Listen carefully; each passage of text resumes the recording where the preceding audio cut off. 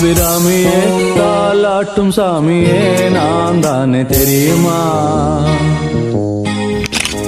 சிவகாமியே சிவனில் நீயும் பாதியே அதுவும் உனக்கு புரியுமா?